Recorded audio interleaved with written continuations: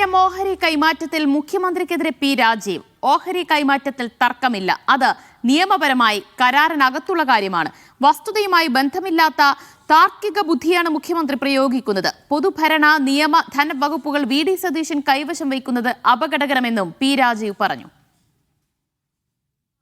അദ്ദേഹം മുഖ്യമന്ത്രിയാകണം. പ്രതിപക്ഷ നേതാവിന്റെ ശരീരഭാഷയും വെല്ലുവിളികളും അല്ല വേണ്ടത്. മുഖ്യമന്ത്രിയാകണം. ഇവനാണ് മറുപടി പറയേണ്ടത്. എങ്ങനെ പ്രയർ പെർമിഷൻ ഉണ്ടോ? കാരണം എഗ്രിമെന്റിലേക്ക് ഒപ്പിട്ടു എന്നവർ കൊടുത്തിട്ടില്ലേ? നിങ്ങൾ ഈ വ്യവസ്ഥകൾ എന്തെല്ലാം കൊണ്ടുവരും. അല്ലാതെ ഓഹരി കൈമാറ്റത്തെ കുറിച്ച് തർക്കമില്ല. അത് നിയമപരമായിട്ട് കരാറിനകത്തുണ്ട്. ആ കരാർ ഏർപ്പെടുമ്പോൾ പ്രയർ പെർമിഷൻ എന്തിനാ ക്ലോസ് വെച്ചിരിക്കുന്നത്? സംസ്ഥാനത്തിന്റെ താല്പര്യം പൂർണ്ണമായും സംരക്ഷിക്കപ്പെടണം. അപ്പൊ അത് സംരക്ഷിക്കപ്പെട്ടിട്ടില്ല എന്നുള്ളതാണ് ഏറ്റവും പ്രധാനപ്പെട്ട കാര്യം.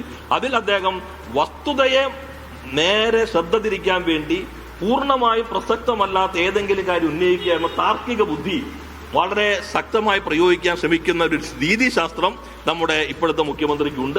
കളക്റ്റീവ് റെസ്പോൺസിബിലിറ്റിയുടെ പ്രാഥമികമായ പാഠം എന്ന നിലയിലാണ് നമ്മുടെ റൂൾസ് ഓഫ് ബിസിനസ് അങ്ങനെ വിഭാവനം ചെയ്തിട്ടുള്ളത്.